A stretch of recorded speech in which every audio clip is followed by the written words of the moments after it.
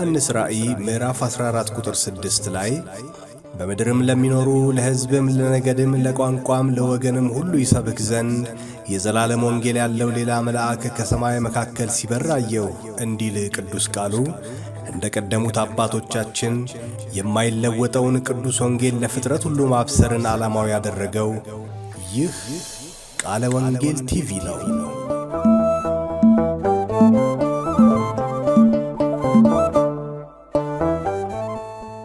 ከእግዚአብሔር ከአባታችን ከጌታም ከኢየሱስ ክርስቶስ ጸጋና ሰላም ይብዛላችሁ።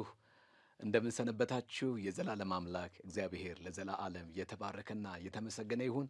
እግዚአብሔር አምላክ ረድቶን ለዚህ ጊዜ ደግሞ እግዚአብሔር አድርሶናል። የዘላለም አምላክ እግዚአብሔር ብሩክ ይሁን። በቃለ ወንጌል ቴሌቪዥን አገልግሎት የሚተላለፍላችሁን የእግዚአብሔርን ቃል በደስታ እየተቀበላችሁ እንደሆነ ተስፋ እናደርጋለን። እግዚአብሔር እየረዳችሁ፣ እግዚአብሔር እያገዛችሁ ነው። ክብር ለእግዚአብሔር ይሁን። ሰማይ አምላክ እግዚአብሔር ለዘላለም የተባረከ ይሁን። በተከታታይ አንድ ርዕሰ ጉዳይ እንድናይ እፈልጋለሁኝ። በዚህ ርዕሰ ጉዳይ የእግዚአብሔርን ቃል አብረን እንከፋፈላለን። እርሱም የዘላለም ሕይወት ተስፋ የሚል ነው። በዚህ የዘላለም ሕይወት ተስፋ ርዕሰ ጉዳይ ላይ አብረን ከእግዚአብሔር ቃል እየተማማርን እንቆያለን ማለት ነው። እግዚአብሔር አምላክ ለዘላለም ይባረክ። የመጽሐፍ ቅዱስን ክፍል አንድ ቦታ ላይ አብረን እናነብና ወደ ቃሉ እንሄዳለን ማለት ነው። እግዚአብሔር ይመስገን። በዮሐንስ ወንጌል ላይ ምዕራፍ 3 ላይ እንደዚህ የሚል የእግዚአብሔር ቃል እናገኛለን። እሱን አብረን እናነባለን። ምዕራፍ 3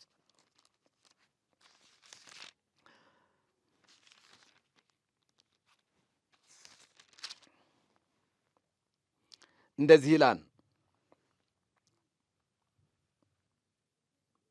እግዚአብሔር የላከው የእግዚአብሔርን ቃል ይናገራል። እግዚአብሔር መንፈሱን ሰፍሮ አይሰጥምና። አባት ልጁን ይወዳል፣ ሁሉንም በእጁ ሰጥቶታል። በልጁ የሚያምን የዘላለም ሕይወት አለው። በልጁ የማያምን ግን የእግዚአብሔር ቁጣ በእርሱ ይኖራል እንጂ ሕይወትን አያይም ይላል። እንጸልይ።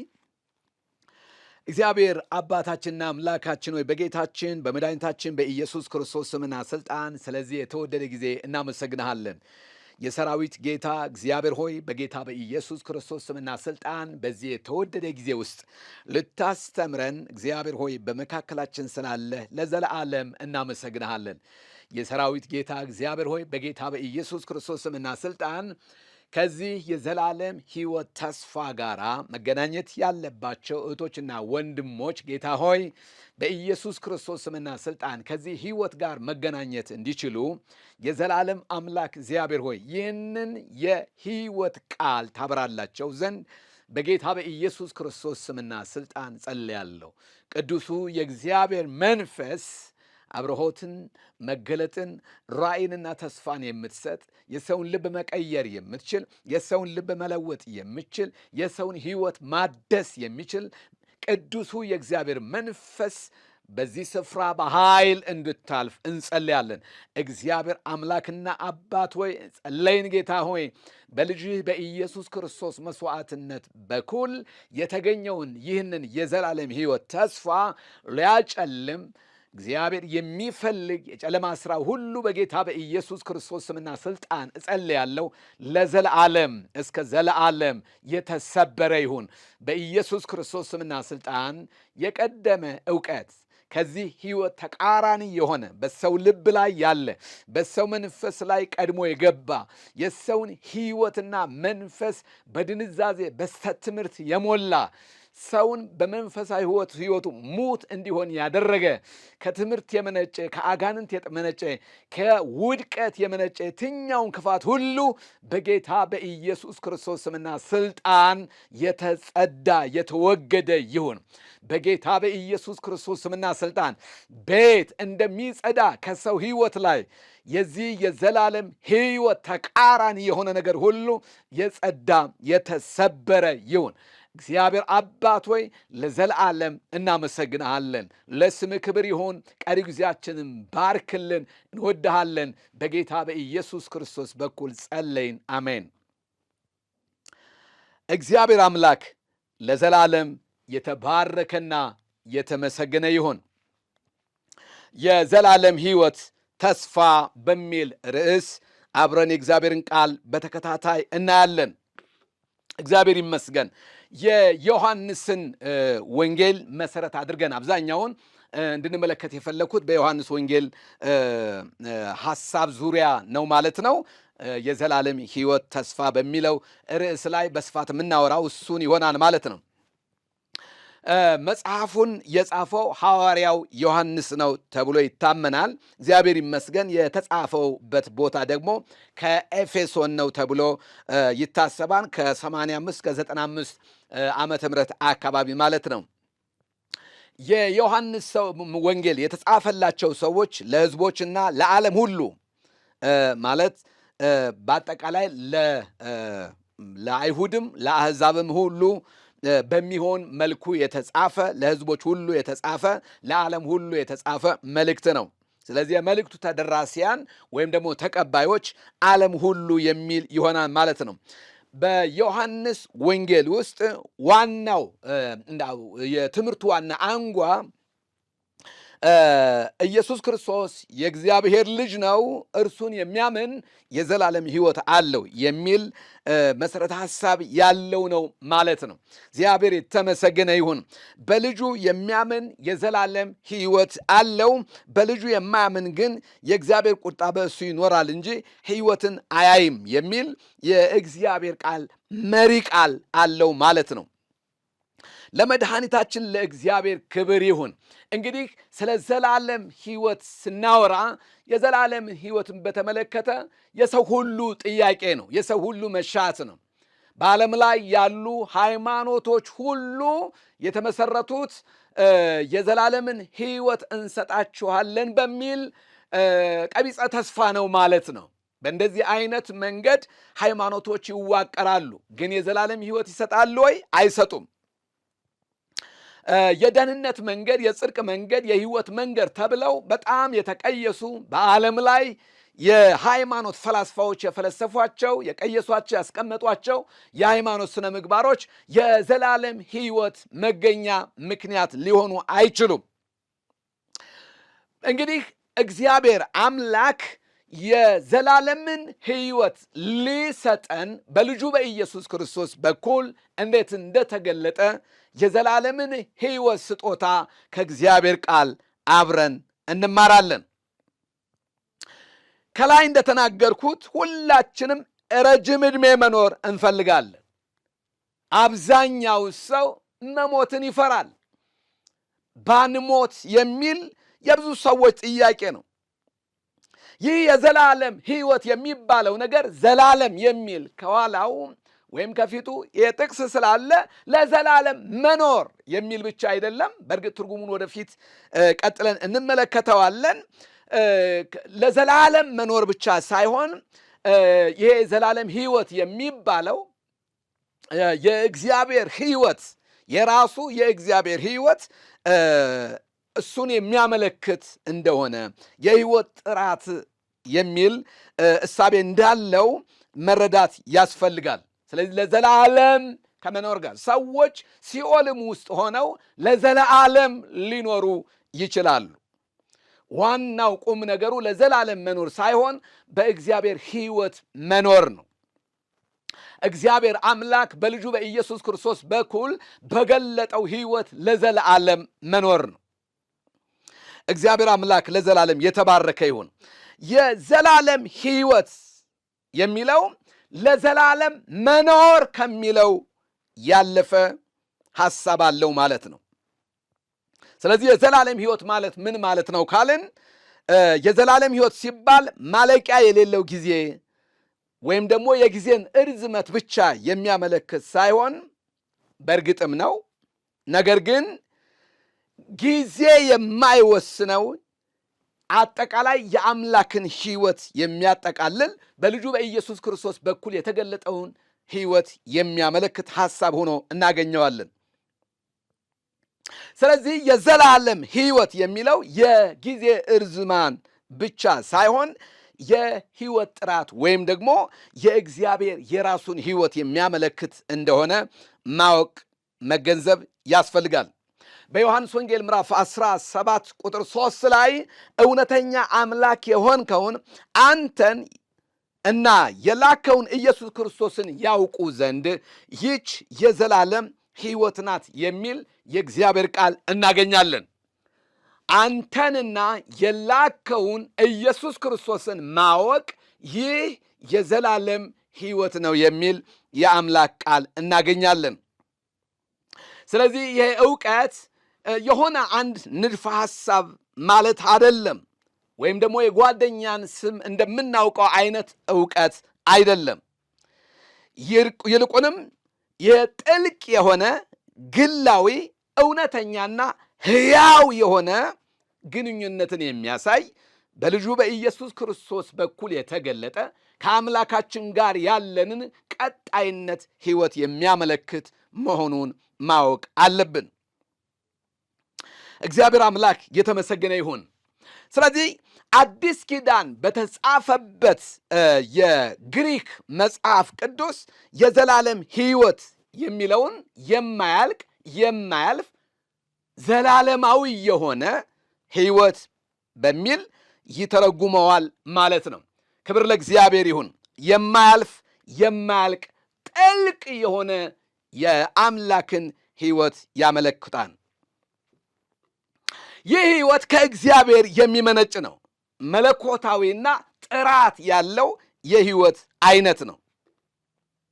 ክብር ለእግዚአብሔር ይሁን። ይህ የዘላለም ህይወት የሚባለው ነገር የማይጠፋ ህይወት፣ የክብር ህይወት፣ የትንሣኤ ህይወት፣ የአምላካችን የእግዚአብሔር ህይወት የሚል ትርጓሜ ይኖረዋል ማለት ነው። ኢየሱስ የዚህ ህይወትና ምንጭ መሆኑን መጽሐፍ ቅዱሳችን ይናገራል። እግዚአብሔር አምላክ የተመሰገነ ይሁን። ወገኖቼ ሆይ የዛሬው ትምህርት ዋና ዓላማ ኢየሱስ ክርስቶስን የህይወታቸው አዳኝ አድርገው ያልተቀበሉ ሰዎች የዘላለም ህይወት የሚገኝበትን መንገድ እንዲያውቁ ማስተማር ሲሆን፣ በክርስቶስ ኢየሱስ የምናምን ደግሞ በዚህ ህይወት ውስጥ እንዴት መኖር እንዳለብን ጥቆማ ወይም ደግሞ ዕውቀት መስጠት ነው።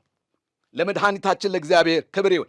ይህ ሐሳብ ምናልባት ገና ጌታ ኢየሱስ ክርስቶስን የህይወታቸው አዳኝ አድርገው ላልተቀበሉ ሰዎች ብቻ ተደርጎ መታሰብ የለበትም።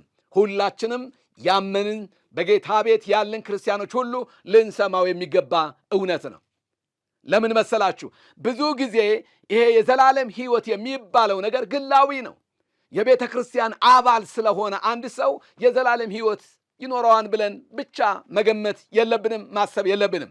አንድ ሰው አገልጋይ ስለሆነ በቤተ ክርስቲያን ውስጥ በሆነ ፖዚሽን ላይ ስለሚያገለግል ወይም ደግሞ በሆነ ደግሞ ቢሮ ውስጥ ማዕረግ ወይም ደግሞ ስልጣን ተሰጥቶት ስለሚያገለግል ያ ሰው የዘላለም ህይወት አግኝቷል ብለን ብቻ መደምደም የለብንም። የዘላለም ህይወት ግላዊ ነው።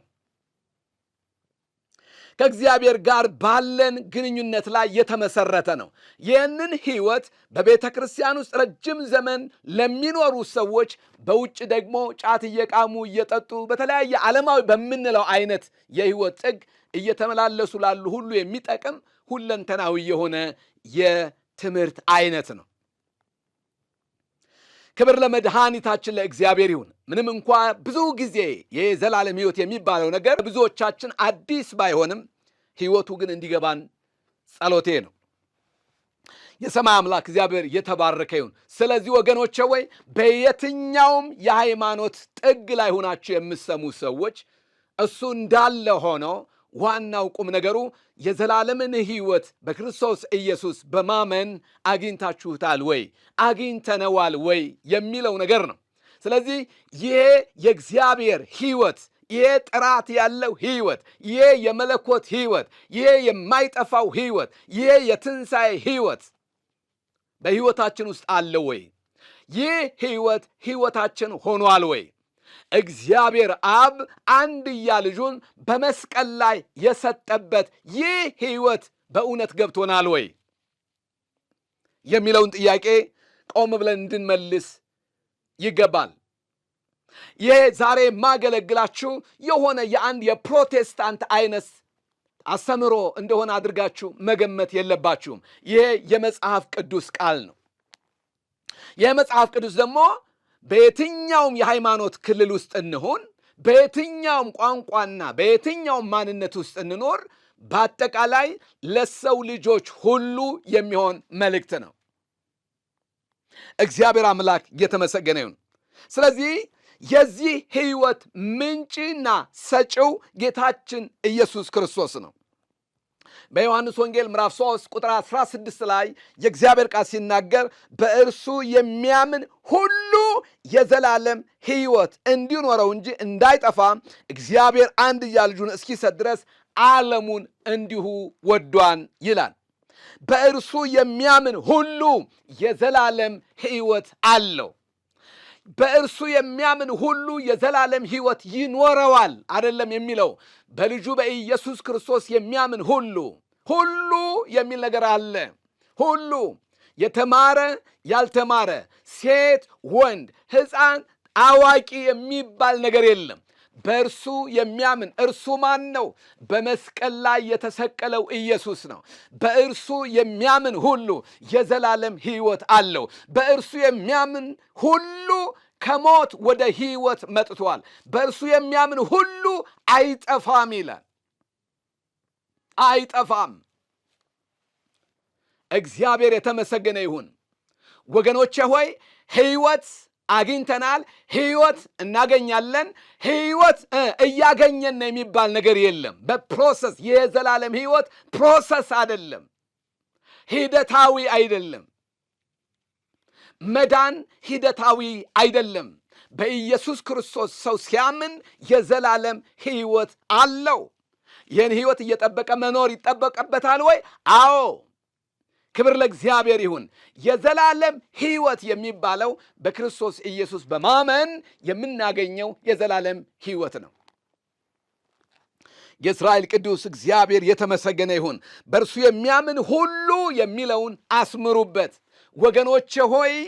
ምናልባት በሃይማኖት ካባ ውስጥ ሆነን፣ በሃይማኖት ማዕረግ ውስጥ ሆነን ፓስተር፣ ነቢይ፣ ሐዋርያ፣ መነኩሴ፣ ጳጳስ፣ ፓትርያርክ፣ መነኮሳት ወይም ደግሞ የሆነ ሊቀ ሊቃውንት ተብለን ግን ሕይወቱ ሳይኖረን በእንደዚህ አይነት የሃይማኖት ማዕረግ ውስጥ ተቀምጠን ሕይወትን ላናገኝ እንችላለን። ከዚህ ሕይወት ላንተዋወቅ እንችላለን።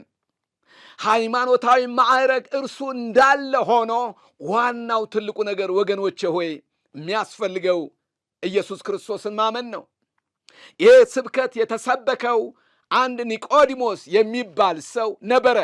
ኒቆዲሞስ ፈሪሳዊ ነው ወገኖቼ ሆይ፣ ፈሪሳዊ ነው። ይህ ሰው ደግሞም ፈሪሳዊ ብቻ ሳይሆን የአይሁድም መምህር ነው። ደግሞም በዕድሜው በጣም ከፍ ያለ ረዘም ያለ ጊዜ ያለው ሰው ነው። ስለዚህ ጌታ ኢየሱስ ክርስቶስ በአንድ ምሽት ይህንን ሰው በእርሱ የሚያምን የዘላለም ሕይወት አለው ብሎ ሲሰብከው ወገኖቼ ሆይ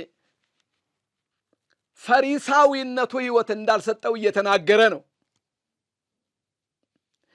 ይህንን ሰው የዘላለም ሕይወት የሚገኘው በልጁ በማመን ነው ብሎ ሲነግረው የአይሁድ መምህርነትህ ሕይወትን አልሰጠህም ማለቱ ነው። ስለዚህ የአንድ ሃይማኖት ተቋም መምህር ተብሎ ወይም ደግሞ የቴዎሎጂ ተንታኝ፣ አስተማሪ፣ ሰባኪ፣ አቃቢያነ እምነት ሆኖ መሰየምና በክርስቶስ ኢየሱስ ማመን ሁለቱ የተለያዩ ነገሮች እንደሆኑ መገንዘብ ያስፈልጋል። ስለዚህ ዛሬ ወገኖቼ ሆይ በእግዚአብሔር ቤትም ላለን ከእግዚአብሔር ቤት ውጭም ላለን ሃይማኖት አለን ለምንል ሰዎች ሁሉ ይህ የዘላለም ሕይወት ተስፋ ያስፈልገናል።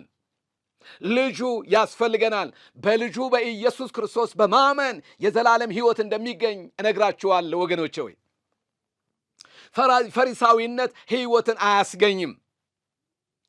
ደግሞም የእምነት የአይሁድ መምህር መባል የዘላለም ሕይወት እንዳላስገኘለት ሁሉ ለኒቆዲሞስ አሁንም በየትኛውም የሃይማኖት ሴክት ውስጥ ሆነን የምንኖር ሰዎች ወገኖቼ ሆይ በዛ የህይወት ምንጭ የምንኖርበት የሃይማኖት ተቋም አይደለም።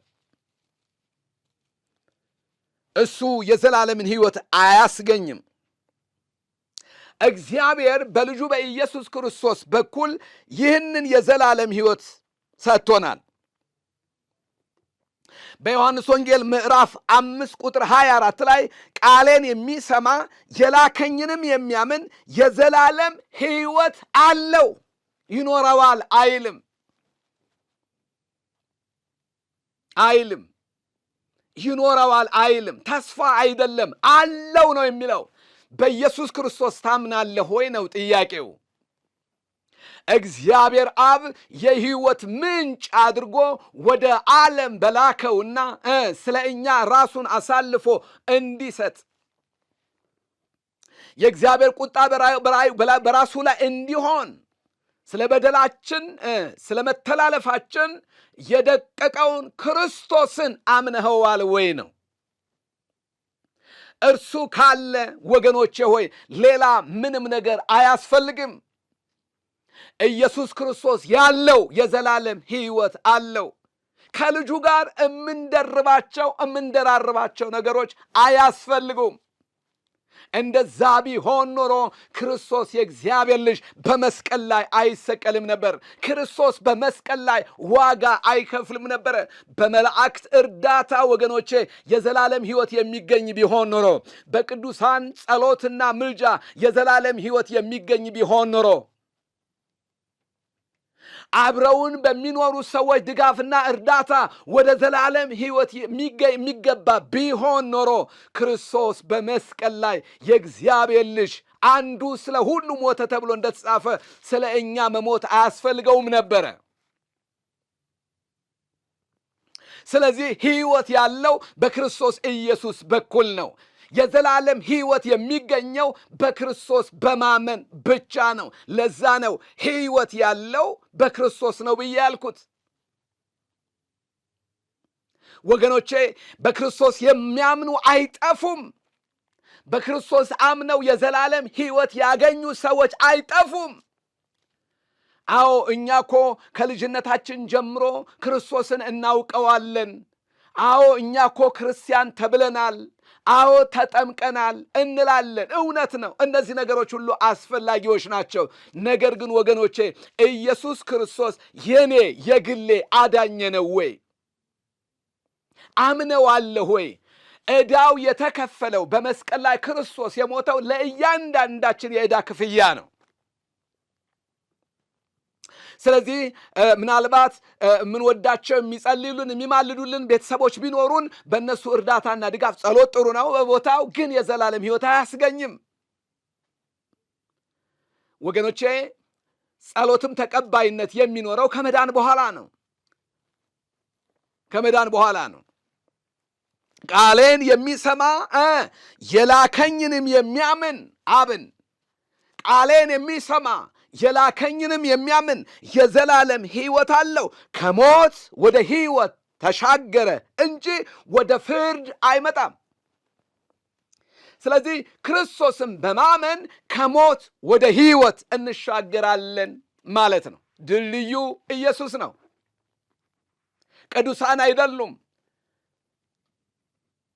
ወይም ደግሞ ከአገልጋይ ቤተሰብ ስለተወለድን በጸጋ ከሚያገለግሉ ከመጋቢያን፣ ከእረኞች፣ ከአስተማሪዎች፣ ከወንጌላውያን፣ ከእምነት ሰዎች፣ ከጸሎት ሰዎች አብራክ ስለተገኘን የዘላለም ህይወት አናገኝም።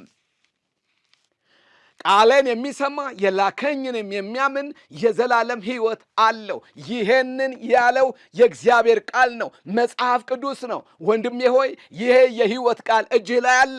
ይሄ የህይወት ቃል ቤታችሁ ላይ አለ። ወገኖቼ በቤታችሁ ውስጥ ተቀምጧል። አንብቡት። የዮሐንስ ወንጌል ምዕራፍ 5 ቁጥር 24 ላይ እንደዚህ ይላል፣ ቃሌን የሚሰማ ከዛስ የላከኝንም የሚያምን የዘላለም ህይወት አለው። ከሞት ወደ ህይወት ተሻገረ እንጂ ወደ ፍርድ አይመጣም። ፍርድ በሚያምኑ ላይ አይሰራም።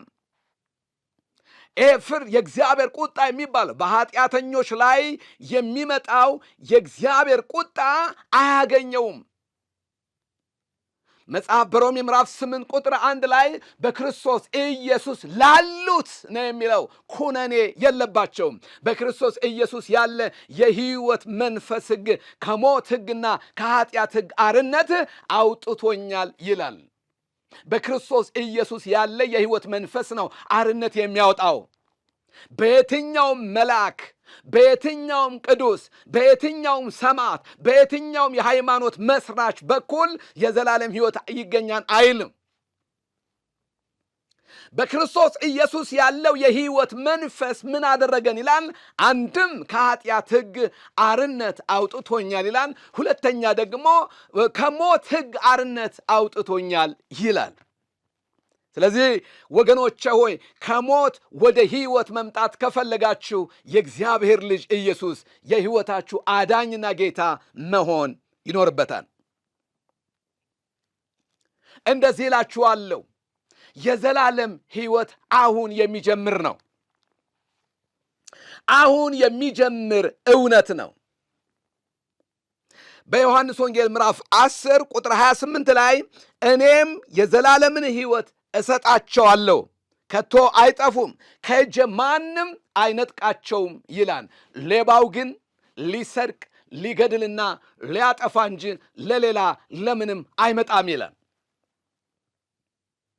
ይህን የዘላለምን ሕይወት ከሰው ልብ ውስጥ የሚነጥቁ የስተት ትምህርቶች እንዲሁም ደግሞ አጋንንታዊ ነገሮች ሁሉ የሚሰርቁ መዳናችሁን፣ ጽድቃችሁን፣ ቅድስናችሁን ጠብቃችሁን እንዳትኖሩ ሊሰርቅና ሊገድል ሊያጠፋ ከዚህ እውነት ወገኖቼ ወይ ተቃራኒ በሆነ መንገድ እንድንመላለስ እንድንኖር የሚያደርገን የጨለማ ሥራ ወገኖቼ ሆይ ይፈርሳል። ስለዚህ የዘላለም ሕይወት በክርስቶስ ኢየሱስ የሚገኝ ሕይወት ነው። እኔም የዘላለምን ሕይወት እሰጣቸዋለሁ። ስለዚህ የዘላለም ሕይወት ምንድን ነው? ስጦታ ነው ማለት ነው። የዮሐንስ ወንጌል ምዕራፍ 10 ቁጥር 28 ላይ ሄዳችሁ አንብቡት። እኔም የዘላለምን ሕይወት እሰጣቸዋለሁ ነው የሚለው። ስለዚህ ሕይወት ምንድን ነው? ስጦታ ነው ማለት ነው። ይሄ የዘላለም ሕይወት በክርስቶስ የተሰጠን ስጦታ ነው። ይሄው ቃሉ ነው እንደዛ የሚለው። በድካማችን በጾም ጸሎታችን በሆነ የሃይማኖት ወገኖቼ አክቲቪቲዎችን በማድረግና በማከናወን የሚገኝ አለመሆኑን ይናገራል። የዘላለምን ሕይወት እሰጣቸዋለሁ። ከዚህ የተነሳ ምን አይሉም ነው የሚለው? አይጠፉም፣ ከእጄ ማንም አይነጥቃቸውም ይላል። አንደኛ አለመጥፋት አለ። ሁለተኛ መለኮታዊ ጥበቃም ከለላም አለ። ከእጄ ማንም አይነጥቃቸውም። ስለዚህ የዘላለም ዋስትና አለን ማለት ነው። በክርስቶስ ስናምን የዘላለም ዋስትና እናገኛለን ማለት ነው። ጌታ ኢየሱስ ክርስቶስ በዮሐንስ ወንጌል ምዕራፍ 14 ቁጥር 6 ላይ እንደተናገረው እኔ መንገድና እውነት ሕይወትም ነኝ፣ በእኔ በቀር ወደ አብ የሚመጣ የለም ይላል። ስለዚህ እንደዚህ ብያለሁኝ ወገኖቼ ወይ ክርስቶስ መንገድ ነው፣ ክርስቶስ ሕይወት ነው፣ ክርስቶስ እውነት ነው። ስለዚህ ክርስቶስ የሕይወት ምንጭ ነው። ራሱ ክርስቶስ ሕይወት ነው። የዘላለም አምላክ እግዚአብሔር የተባረከና የተመሰገነ ይሁን። ኃጢአተኞች የዘላለምን ሕይወት ማግኘት የሚችሉት እንዴት ነው? በዓለም ላይ ያሉ ሰዎች ሁሉ የዘላለምን ሕይወት የሚያገኙት እንዴት ነው? እሱን እናያለን። ክብር ለእግዚአብሔር ይሁን። መጽሐፍ እንደሚናገር የዘላለም ሕይወት አሁን የሚጀምር እውነት መሆኑን መረዳት ያስፈልገናል። እኔም የዘላለም ሕይወት እሰጣቸዋለሁ፣ ከቶም አይጠፉም፣ ከእጄ ማንም አይነጥቃቸውም የሚል የእግዚአብሔር ቃል እናያለን። ሌባው ሊሰርቅና ሊገድል ሊያጠፋ እንጂ ለሌላ ለምንም አይመጣም።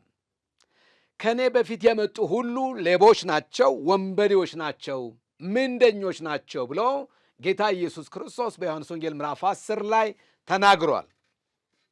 ስለዚህ የዘላለም ሕይወት አሁን የሚጀምር እንጂ ወደፊት ገና ስንሄድ የምናረጋግጠው ነገር አይደለም። በክርስቶስ ያመነ ሁሉ የዘላለም ሕይወት አለው። አሁን በሕይወት እያለ በምድር ላይ እያለ ይህንን ማረጋገጥ ይችላል።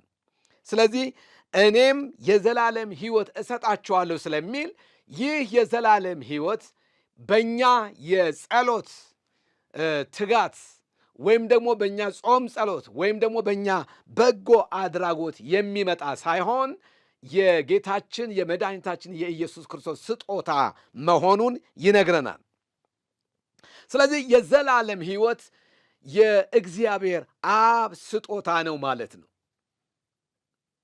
ዛሬ ወገኖቼ ሆይ በጣም አበክረን መነጋገር ያለብን በዚህ ሕይወት ዙሪያ መሆን አለበት ማለት ነው። የዘላለም አምላክ እግዚአብሔር የተባረከ ይሁን። ሁላችንም እንደምናስታውሰው ዮሐንስ ወንጌል ምዕራፍ 14 ቁጥር 6 ላይ እኔ መንገድና እውነት ሕይወትም ነኝ፣ በእኔ በቀር ወደ አብ የሚመጣ የለም። ክርስቶስ መንገድ ነው፣ ክርስቶስ ሕይወትም ነው፣ ክርስቶስ እውነትም ነው። ስለዚህ ወደ እግዚአብሔር አብ የምንደርስበት መንገድ ደግሞም ከሞት የምናመልጥበት ከዘላለም ፍርድ የምንድንበት ሕይወት ክፉን ከመልካም የምንለይበት እውነት ኢየሱስ ነው።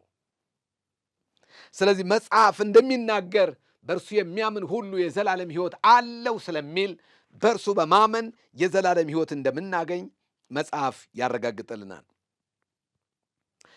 ወደ ግላዊ ሕይወታችን እንምጣና የዘላለም ሕይወት ያስፈለገን ለምንድን ነው